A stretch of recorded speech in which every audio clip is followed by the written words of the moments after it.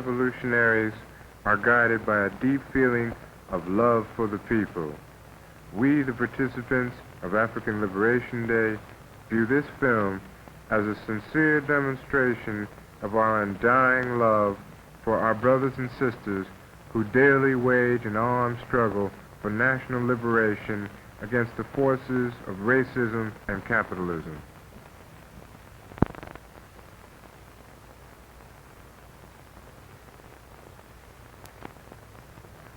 On May 27th, 60,000 black people demonstrated the solidarity which we have for our brothers and sisters waging armed national liberation struggles on the continent.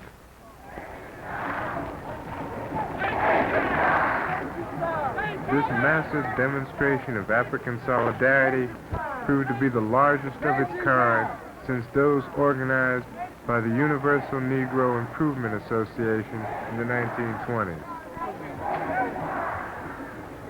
Back in the 1920s, Marcus Garvey, the president of the Universal Negro Improvement Association, organized a mass-based Pan-African movement that called for the liberation and unification of the African continent. Also, during the first half of the 20th century, black intellectuals such as Sylvester Williams, W.E.B. Du Bois, and George Padmore organized a series of Pan-African conferences which called for the elimination of colonialist domination in Africa.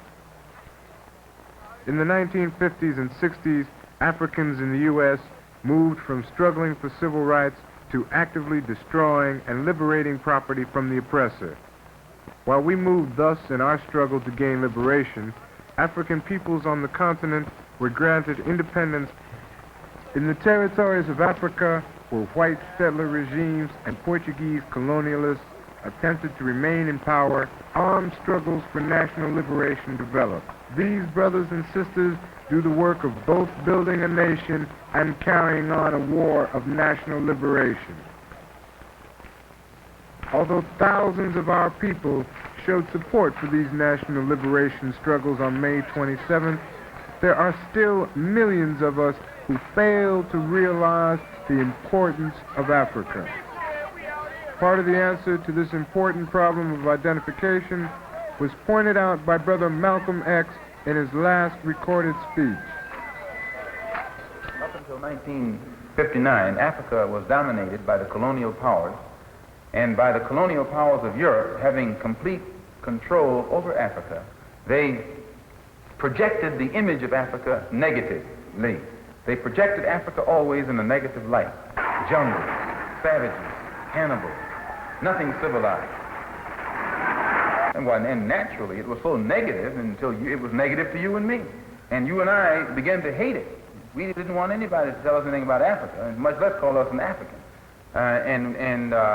And in hating Africa and hating the African, we ended up even hating ourselves without even realizing it. Because you can't hate the roots of a tree and not hate the tree. You can't hate your origin and not end up hating yourself. You can't hate Africa and not hate yourself. And you show me one of these people over here who have been thoroughly brainwashed, who has a negative attitude toward Africa, and I'll show you one that has a negative attitude toward himself. Thus, the oppressor's propaganda system has programmed us into having a negative attitude towards Africa. In San Francisco, on African Liberation Day, Brother Walter Rodney, an African historian, noted both the importance of African Liberation Day in terms of our African identity and some of the root causes for our problem of identification. I have met brothers and sisters who say that their mother tongue, quote unquote, is French, Spanish, Dutch, Portuguese, as well as English, which we speak. And because of this, we have a problem of identification. We do not know whom we are. And that is why this gathering is of great symbolic importance, because it is an act of identification. We are saying that we identify with the African people of the African continent. We are saying that we are an African people.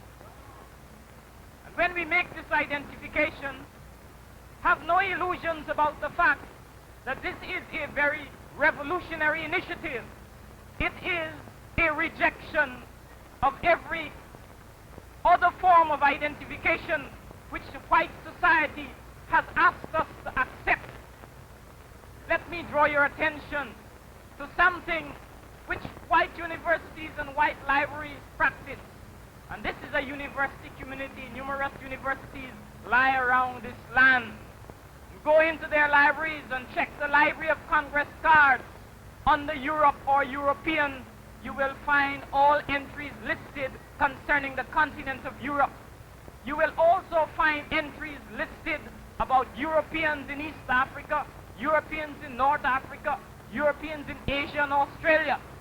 Look under the Chinese, you will find entries listed not only for mainland China, but for Malaysia and for the Chinese in North America. But look on the Africa and the Africans, the only entries on the Africans relate to the continent itself. There are no entries on the Africans overseas. There is no such category. Africans who have been raked from the continent mysteriously disappear and become Negroes. Our participation in African Liberation Day accomplishes two very important things. First, it shows our solidarity with national liberation struggles in Africa. And secondly, it helps to raise our own political consciousness to the level where we begin to take action to eliminate the oppressive conditions within the United States. Within the context of our struggle, African Liberation Day is just one small step. But we should understand the specific circumstances which brought it about. Owusu Sadoki, who traveled to Tanzania in the summer of 1971, describes the situation which brought about his decision to organize African Liberation Day. For 7 years, Frelimo has led the people of Mozambique in their struggle for liberation. In the summer of 1971, I was attending an educational conference in Dar es Salaam, Tanzania. After the conference, I was invited by the African Liberation Movement in Mozambique, Frelimo, to visit one of the liberated areas. The majority of our people in Africa are rural peasants, and it is among them that the freedom fighters have built their strength. Frelimo programs filter down to the most basic levels. They develop as many schools and hospitals as possible, as well as preparing each village to defend itself. The people in turn supply the guerrillas with food and the like. With such total devotion and participation, it is hard to tell the civilians from the freedom fighters. Frelimo is in fact the people of Mozambique in arms. These people are serious and committed. Women are total comrades. There is no chauvinism, no drinking and promiscuity, no long rhetorical arguments and useless wolf tickets. There is no place for it. They have engaged 80,000 Portuguese troops with unshakable courage and vowed to make good their slogan that Mozambique will be free. Greatly impressed with the activities of these brothers and sisters, I asked them what black people in the United States could do to demonstrate our support. They talked of material support and also engaging in political acts inside the United States to show solidarity with their struggle, explaining that an international support front is essential to their struggle. Liberation movements will be isolated and destroyed if we do not develop a continual interest and a support base of African people wherever we may be. It occurred to me that a massive demonstration could be the beginning of these political acts, as the demonstration could serve both the purpose of educating our people about the struggle and providing material and moral assistance to those engaged in the armed struggle. May 27th was chosen as the date so that it would fall on the Saturday after May 25th, the date initially selected for African Solidarity Day celebrations in Africa and throughout the world by the OAU in their initial meeting in Addis Ababa in 1963. In New York, brothers and sisters were organized on the grassroots level. In Boston, at the Harriet Tubman House at 25 Holyoke Street, brothers and sisters received information from the African Liberation Day staff. In the national demonstration we'll be having in Washington, D.C. on May 27th. We'll be leaving from the Union Methodist Church here at 485. In Washington, Mark Smith, Cleve Sellers, Florence Tate, and Mwanafunzi Hakima organized the march at the national level. Throughout the United States, black leaders such as Jean Locke, Gina Thornton, Bellevue Rooks, Penny Jackson, Mayor Richard Hatcher, Lucius Walker, Bobby Seale, Nelson Johnson, Don Lee, and many others helped to make African Liberation Day possible. On the evening of May 26th, brothers and sisters prepared for the trip to Washington, D.C. They arrived the following morning. The key to the total economic existence of the Euro-American world is Africa. The problem of solidarity, support, awareness. Watchwords for a people in search of togetherness. Join us as we bring you continuing coverage of the Liberation Day March and at 4 live coverage of the rally. Right here on your community radio, WHUR. Black people gathered in Malcolm X Park from all over the United States. Buses arrived from the South, North, and Midwest. Members of the Committee for a Unified New Arc gathered in the park.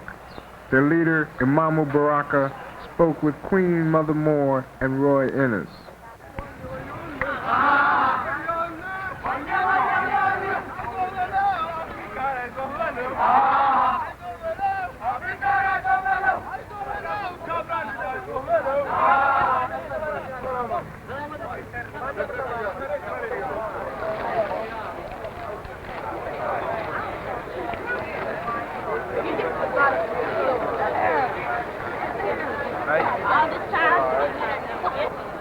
At 11 o'clock on Saturday morning, the security officers began their effort to properly assemble the people so that the march itself would proceed in an orderly manner.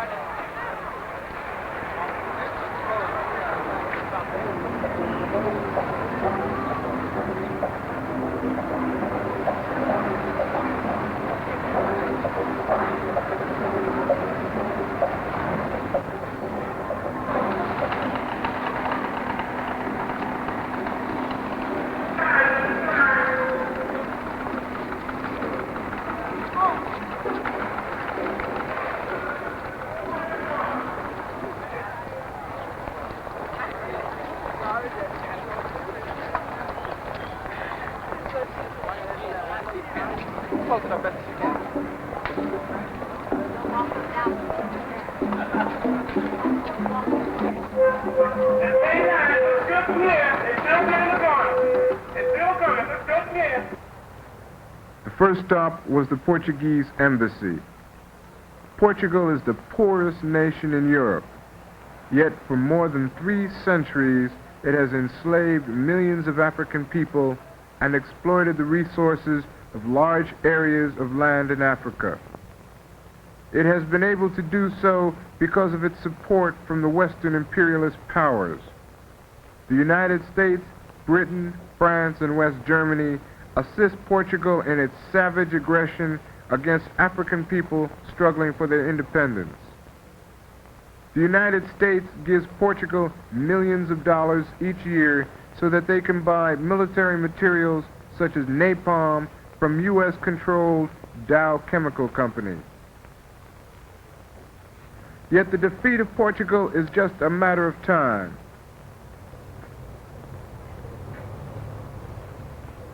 In Mozambique, Frelimo has liberated 1/3 of the countryside and is currently carrying out a successful campaign against the construction of the Cabora Bassa Dam.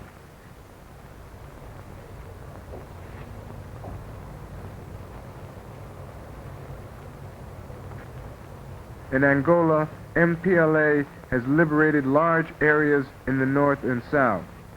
With the brothers and sisters there, they have established a higher standard of living than in some areas of Portugal itself. In Guinea-Bissau, PAIGC has liberated more than 2/3 of the countryside and has already created a governmental structure that includes a national assembly and local political councils. Africans within the United States can aid in the defeat of Portugal by both materially supporting the liberation movements and boycotting corporations such as Gulf, which financed Portugal's war of oppression in Africa. In November 1970, Portugal invaded the Republic of Guinea, an independent nation in West Africa. The invasion was repelled. Cecil Braithwaite, who recently returned from the Republic of Guinea, spoke about the significance of African Liberation Day and the meaning of a popular revolutionary slogan among the masses of African people. If we had brought 10 people here today for Africa, it would have been historic. Because black people were not looking for Africa before. Negro comedians making jokes about they had lost something in Africa. And they want to stay here because they want their Cadillac. What is a Cadillac made out of? Is it made out of steel? Steel comes from iron? Iron comes from Africa? It has rubber? Rubber comes from Africa?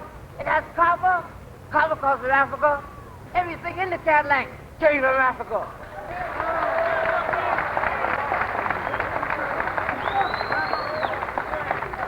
To see all these black people, all these African people, is one of the greatest moments in all of our lives.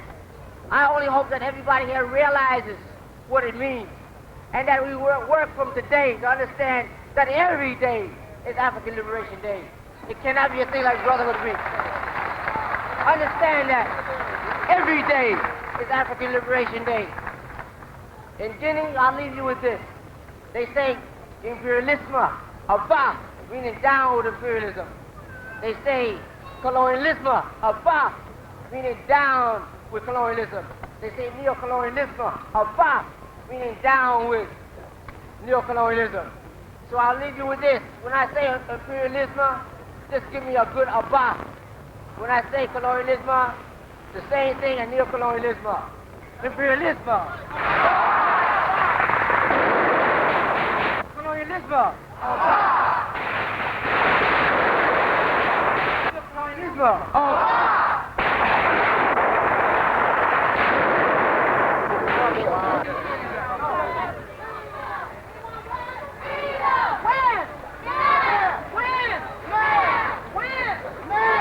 The march continued on from the Portuguese embassy to the Rhodesian Information Center to indict Rhodesia, an outlaw nation where 250,000 white settlers maintain a dictatorship over 5 million brothers and sisters.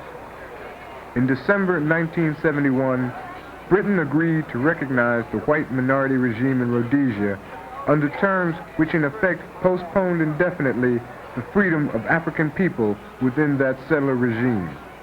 The Pierce Commission, set up by the British government as part of the agreement recognizing the white racist regime in Rhodesia, was intended to report on public feeling there and get a black stamp of approval for the resumption of prior trade relations between the two countries. As the commission toured Rhodesia to test the public reaction to the agreement, black people took to the streets to voice their anger. A total of 19 were killed before the wave of demonstrations came to an end. Thus, we flatly rejected the British Rhodesian Agreement. When Rhodesia is liberated, it will be named Zimbabwe.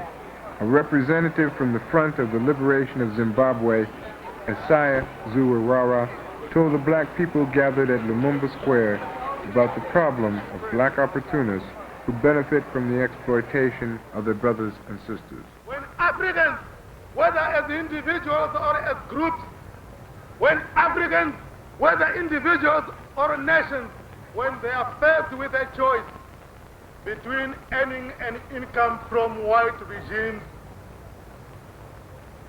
or supporting their own Africans at the expense of earning that income, they will sacrifice their own for the income benefit. We have seen in the OAU movement a wedge thrust in and new levels coming in that says they are liberal good nations of Africans and they are extremist nations of Africans. And the liberal good nations of Africans have become now they have become now the proponents of dialogue with South Africa. They have now done that in order to earn loans from the World Bank. They have now done that in order to earn good relationship with France and the United States at the expense of the dying of the Africans in Southern Africa. The marchers moved on to the South African embassy, where the Reverend Doug Moore indicted the racist regime of South Africa and its allies. We condemn South Africa for taking all of the valuable resources of South Africa, including gold, diamonds, uranium, manganese, coal, plutonium, chrome, and most other minerals needed for modern industry, into patterns of which further enrich the handful of white settlers and further impoverish the black owner. Reverend Moore went on to indict the imperialist nation of West Germany and the settler state of Israel. We condemn West Germany and Israel. Let it be said again, we condemn Israel for supporting South Africa to produce nuclear weapons in the near future for possible use on black people in South Africa who wage war against white encroachers.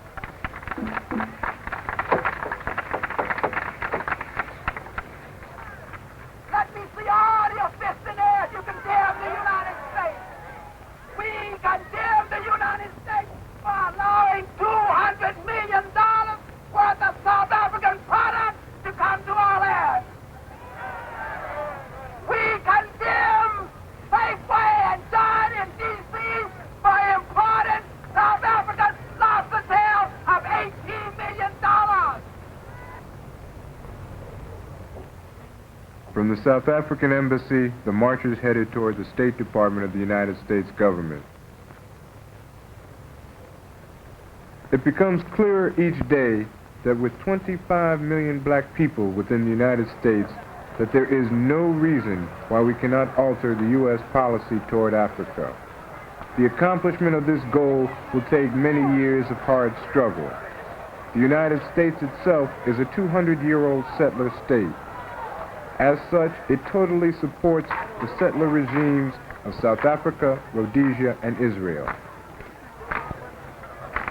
Congressman Diggs explained to thousands of black people gathered at Lumumba Square the intimate relationship that black people have with our brothers and sisters on the continent.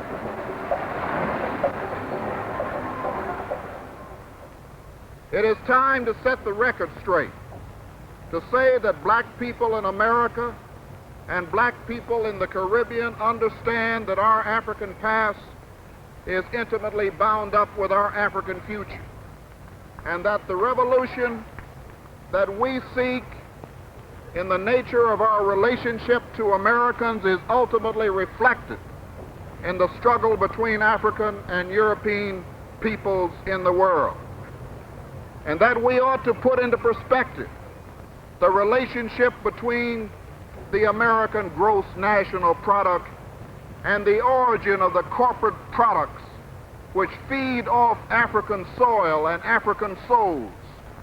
And we ought to put in the proper context the development of racism in America and its export to Africa through the American foreign policy making apparatus, and between the high need for American security and the high need it is felt in these racist quarters to keep Africa stable and peaceful, but yet in white hands. White man's hands off black man's hands. White man's hands off black man's hands. White man's hands off black man's hands. White man's hands off black man's hands. White man's hands off black man's hands. White man's hands off black man's hands. White man's hands off black man's hands. White man's hands off black man's hands. White man's hands off black man's hands. We're talking about a war of liberation that involves millions of Africans, hundreds of thousands of square miles. And these people are not fighting simply to end a petty apartheid or for some token representation in some little mock parliament. There is more at stake in Africa than these items, more at stake than many under the sound of my voice realize. Because within the 70s, within this decade, the United States, for example, will have to import 50% of its oil needs. It will have to import many other elements involving our energy needs. And Africa is the greatest source of all of these products. The last gathering place of the march was Lumumba Square. Although weary from the long day, the brothers and sisters were nonetheless enthusiastic and receptive to the many speakers, such as Elaine Brown, who addressed them. I think this is the most beautiful sight I've ever seen in my life. The thing to do is to go beyond today and to deal with tomorrow and tomorrow, to liberate this territory. And if we don't, in this country, take our task as it is now and begin to unite here in this country, then there will be very little for any of us to enjoy when we talk about the liberation of all the other people. I have no message other than to say that this is a very beautiful thing, and it shows that we do love each other, and that the basis for our struggle is love.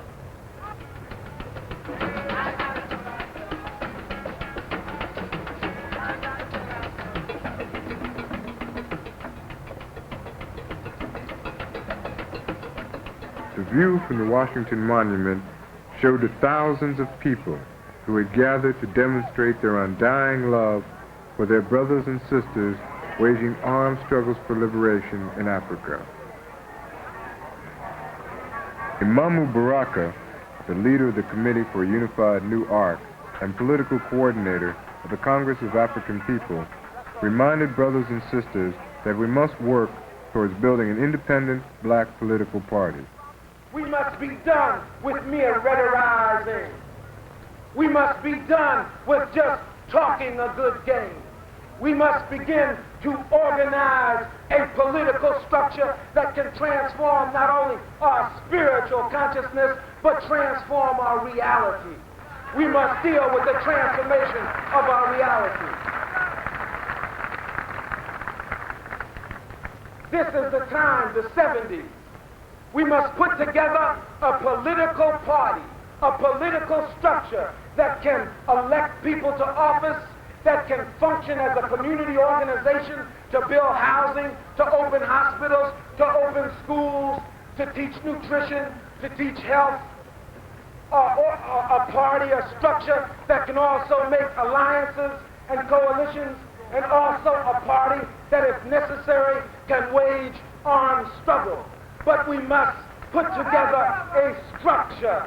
It cannot be done by words. It can only be done by actual kazi, as Nyeri says. Kazi, kazi, kazi, kazi, which means work, which is the blackest of all. If you are interested in moving past the 60s, now you must begin to think about a political structure, a political party. As the day came to a close, its significance and purpose was clearly stated by Owusu Sadoki from Walimu of Malcolm X Liberation University and National Chairman for African Liberation Day. He spoke of our perseverance and endurance and our 300 years of struggle for liberation. Look around and see that in spite of all of the brutalization of this beast, we still stand. Look around and see the beauty and the potential of the black man. Look around and see that we represent the non-white world, which is the majority on this earth. Look around and see that our people are here to tell the world that everything is going to be everything one day for the black man.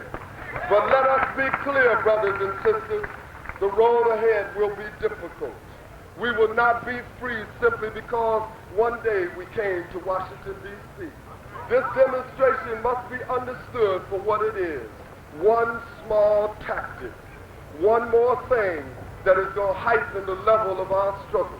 We are here today, brothers and sisters, to show our support and solidarity for our people who are engaged in armed struggle against our enemies in Southern Africa. We are here today to give witness to that struggle, to emphasize the legitimacy of that struggle. We are here to say to those brothers and sisters, press on. We are here to say to the white ruling class of this country and to the world that the niggers ain't niggers anymore. We are here to say that we will no longer will we engage in discussions about violence and nonviolence. We are here to say that there's only one relevant discussion for the black man in this world, and that is the discussion about our complete liberation. So that as we move to end this day, it must be understood by all of us that this effort is just the beginning. We must see that the torch of struggle is now in our hands. We must see that our struggle must be fought with everything at our disposal. But in all cases, it must be fought collectively. So fight on, Frelimo. Fight on, MPLA. Fight on, PAIGC. Fight on, ZANU.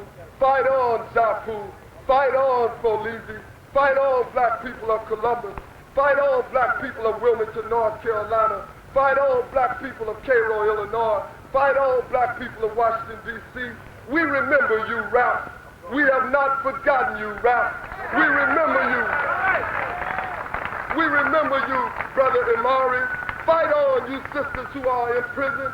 Fight on, black people. Fight on, because we are an African people. We are an African people. We are an African people. We are an African people. We are an African people. We are an African people. And it is our people. It is our people who shall win. And we will win because we are going to struggle. And remember, brothers and sisters, that if there is no struggle, there is no progress. And those of us who profess the favor of freedom, but yet deprecate agitation, are men who want the crops without plowing up the ground. We want the rain without the thunder and the lightning. We want the ocean without the awful roar of its many waters. And this struggle may be a moral one, or it may be a physical one, or it may be both a moral and a physical one, but it must be a struggle. Because power concedes nothing without a demand. It never did, and it never will. Show me the exact amount of wrongs and injustices that are visited upon a people, and I will show you the exact amount of wrongs and injustices that are endured by those people. And these wrongs and injustices must be fought with words or with blows or with both, because the limits of tyrants are prescribed by the endurance of those whom they oppress. Long live the struggle of African people. We are an African people. We are an African people. We are an African people. We are an African people. We are an African people. We are an African people. A Sunday. African people. We are an African people. We are an African people. We are an African people.